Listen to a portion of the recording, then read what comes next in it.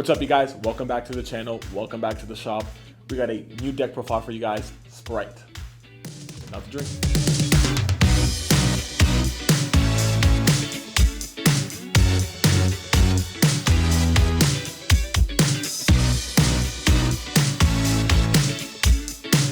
Alright, you guys, so quick introduction. What Spright, the deck tries to do is tries to focus on level 2 monsters to make classic rank 2s and new rank 2s and new link 2s and classic link 2s. So for example, we're going to be using Totally Awesome, which we all know got banned in the OCG, but we will be using it now. It's still legal in the TCG. That's going to be our main focal point to create disruption. And then we will be using rank 2s like Sky Cavalry, Centuria, and some new ones out of Battle Chaos, and same old ones like Crystal Husky Fibrax, and all those old cards that we all know and love. And we'll be going more into depth as I show you the cards.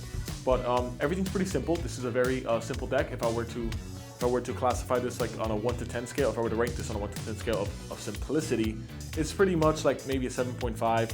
Nothing too intricate, pretty easy. Anybody, even if you're coming in new into the game, this is something very simple effects and very simple summoning mechanics. So we're gonna go into this. We're gonna start off with the main card of the deck, which right now on TCG Player is hitting the $100 mark. Because me myself, I do open cases, and I will say this is pretty not super hard to pull, but maybe the average is two per case.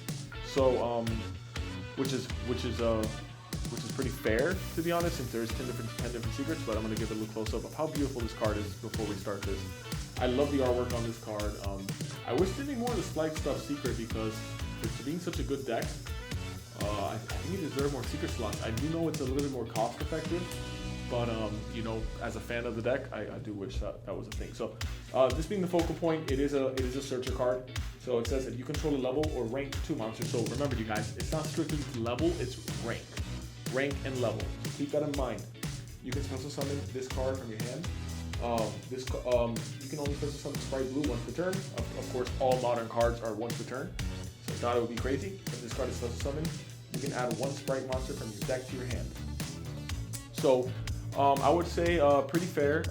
You know, nothing too crazy. It does get your combo started, but it doesn't work by itself. So we are going to need different cards, and we will go into that. So that's it for the MVP right here. Beautiful card, beautiful card. And then we're gonna go with Spright Jet. Its counterpart. This adds any. This adds any spell or trap. That's a Spright. So you're gonna be seeing how crucial this is and getting your Spright spells. We're gonna go into that when it comes to it. Beautiful card as well, like the artwork on it. And then we're gonna go into the Toolbox monsters, right? We have the Spright Red and the Carrot. They each summon themselves when you have another level 2 or rank 2. The red negates monster effects during either player's turn by attributing one other level rank link 2 monster negate that effect. Then if you attributed a ranked link 2 monster, you can destroy that card. So you want to have this on the field when you have an extra deck monster. And then Carrot negates spell and trap, same thing. You want to have an extra deck monster to be able to destroy that. So this is your out to mine. You want to make sure this is on the field, but you don't want to focus too much on this, because if it does get Dark Blue as a drop rate, it's kind of pointless at that point. So still a good card nonetheless. We have 3 DP Divas, staple, of course. You want to be using this in the TCG because unfortunately the OCG doesn't have Needle Fiber, and this being a tuner is very important to get Needle Fiber out.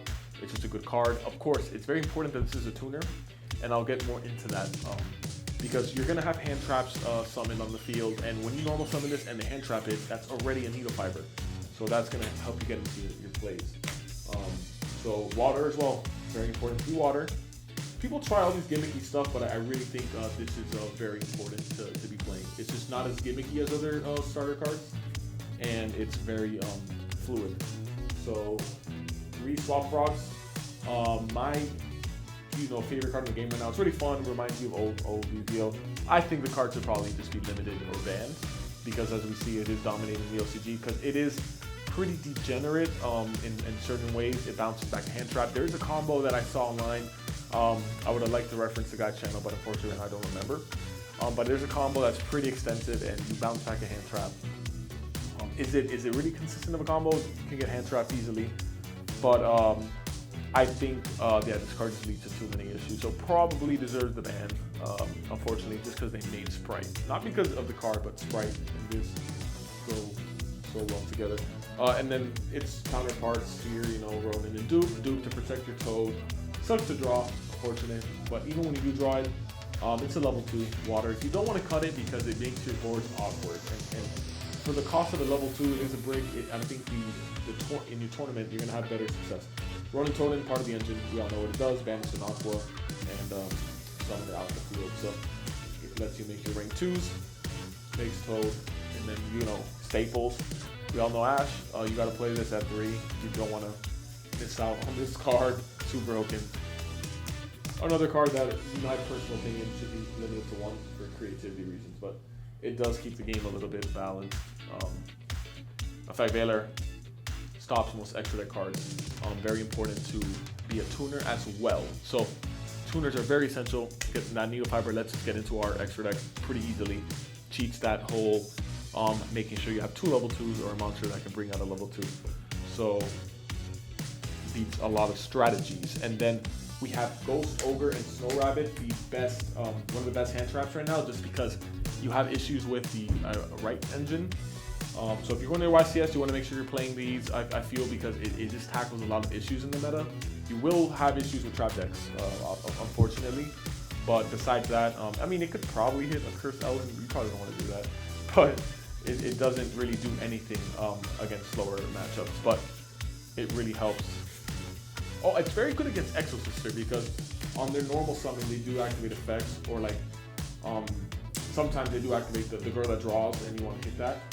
And then it even will wall monster sometimes, but it's mostly good against the top meta decks out there, so could be a brick sometimes. But it's a tuner, keep that in mind.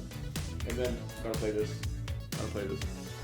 Too versatile now. Good against pretty much every deck in the game. So, and then we have our 3 pots. You gotta play this deck. This card in this deck searches you whatever you need. Banishing for 6 is a little bit costly, but if you manage it well, it shouldn't hurt too much if you open it strong. So that's a great card. And then 3 starters, very consistent. Creates a lot of consistency. You got to be mindful with the life point burn this does. Some people do forget that. And you don't want to burn yourself out or put yourself in a very low position and then not have a Dupe Frog. And people do think that, oh, you don't got to play Dupe Frog. You kind of do. It does help you in that battle phase, and it makes paying these life points not as costly. And then you could play Cross Out, or you can play Dark Rulers, or you can just play DB Crows. It's up to you, but I think this is just more versatile, and it helps out in situations that other cards wouldn't. And it's in a longer tournament, and you know, as we know, Winda hurts, so this is just a good card to play overall. Safe, it's a safety net. And then we have Call by the Grave. You just gotta play this hand trap support, and it does out Totally Awesome. So that's a good thing. If they're not playing, if they want to get punished by not playing Totally Awesome, and then by playing Totally Awesome, the effect triggered itself because they don't have a Dupe. Which sometimes I see happen, they get punished hard by Call Night. And then Spright Smashers, which is a very, very, very good card to have. Hurts to draw, people just have to accept it, but you gotta play it. It's very similar to like Sword Soul, Sword Soul Blackout and stuff like that. So, wanna go into the extra deck. We have 2 Spright Elf and 2 Spright Gigantic Spright. So these are the main cards of your deck. You're gonna need these. Of course, I think 2 of each is correct. You could take something out and maybe bump up Elf 3, maybe like 3 if you're very scared of the grind game. But 2 of these is manageable. Gigantic Spright is not a cost to detach, which is a good thing. And I think it's just summons any level 2 from your deck, but it locks both players into only level 2. So broken card. And then the Elf is a reborn. It's a reborn during the main phase, quick effect, but your opponent, for you to bring back an extra deck card from the yard, you would need your opponent to have a card. So super broken. This card, both these cards we can easily see on the ban list one day. They're both, I don't know if you guys remember, like the Zodiac extra deck, very similar. The cards do crazy things for low cost. And unfortunately, I really strongly feel we will see both of these cards on the ban list in the future, but for now, we have them and we can have fun with them. And it does, give us a fresh format, just the existence of those cards. And then we have a little toolbox here, you know, before we get into the other cards. This toolbox here is very, sorry, excuse me, the downer shouldn't be there. But this is a little toolbox here. You guys can pick what you want in your toolbox. The cat shark helps you go into Zeus plays. The Herald, I'll show you, this helps you loop very good cards in Japan. This helps you loop hand traps, and it helps you loop the D-shifter. So you want to have this, and then this card, I think it doesn't target me. Yeah, so you can detach one material from this card, and then target one monster your opponent controls, banish it until your opponent templates. If this card is destroyed, by an opponent's card, you can target max monster up to the number of materials this card has, so do that. So it's just a very good toolbox card as well to banish, and then the best one I feel that you should be using the most is this card right here. So thankfully it got reprinted, and I will be a $50 card. So that's good, and then we have the format. This does a lot by itself. Just as a boss monster, does a lot by itself. Puts a lot of pressure, and it's a card you don't want to see when you're having if you don't have a way to negate it, or if you don't have a card to prevent it from even coming out. It's a very, very, very potent card. It's very toxic, but it's needed. So it puts the deck over a lot of other decks. And when it gets banned, the deck will evolve, of course. But I think this card definitely deserves to be banned. Whenever it's been good, it's just been toxic. It steals a card. I think it has poor design. Of course, I love it because it's fun, but I just don't think it's just too broken. It's just too broken. It just has what it's just, you read the card, you're like, this isn't unreal. We have the Zeus. Of course, you should be playing this. I hope you are playing it. And then we have the little link package here. I think this is all mandatory. Could be wrong. Actually, you can play synchro packages and stuff. But you want to keep your deck simple here. If you're going to play a long tournament, you don't want to restrict yourself to too many combos. You have a lot of rounds. We all have, our personal lives. You can't be playing 24/7. And if you do, that's great. That's awesome. But you need to practice if you're going to play those synchro combos. If you're going to play those extensive combos, you want to stick to simplicity when you do 11, 12 round tournaments. And I think this type of extra deck is great for that. You're going to be needing IP for all your combos. You're going to be needing help because Gigantic Spright requires only it requires a link monster as well. If you want to go that route, you need a link instead of a regular monster. So another reason why this card is really good. And then you just need Swap Frog, and this lets you do the full combo. So those are all needed. I feel like they're very important, and you definitely need them. And then you're going to need Red Reboot, Harpy's Feather Duster, and the Triple Twin. This is your back row. This is the side X, of course, not my fault. This is your back row. Hey, simple. This is pretty standard always in today's meta. You don't want to play Lightning Storm, it's too situational. So you want to keep these. And then I have no issue with those. And then I'm playing Token Collector because I don't know what to play in this place. You can probably play DD Crow or two, but I have this just for the right engine to still have 3. And then if you play against random Torso, you can sack them, but you don't want to really sack anybody in that way. It's just, there's nothing better, I feel. And then Nibiru Staple and Rogue decks. Not a Rogue decks, but Synchro-based decks. And Link-based decks. And then we want to play second Gear Gamma's best engine in the format. You can hit Dipsy Diva. You can hit a lot of things that bring out other cards, and you can stop that card from even being on the field as well. So you want to stick to this right here. Don't deviate. Very important card to have in today's format. And then to me, what makes this deck very, very good against combo decks is the fact that you can D-shifter and you can still operate. You can't do swap rock stuff, but you can still play the game. So that's important, and you want to definitely side this. They've been doing it. Great card. Beautiful card too. I love the artwork on there. It's just so nice. Okay. Alrighty, and then I'm gonna give you guys a little bit of an option you can side deck right now in the meta, and I am a little bit flexing here a little bit. I just pulled this bad boy. Thank you, Konami. Pull this bad boy right here so you guys can get a nice little beautiful card. You could side 3 of these in a nice little extra deck package to support it. It is a little bit of a costly package, but the card is scary.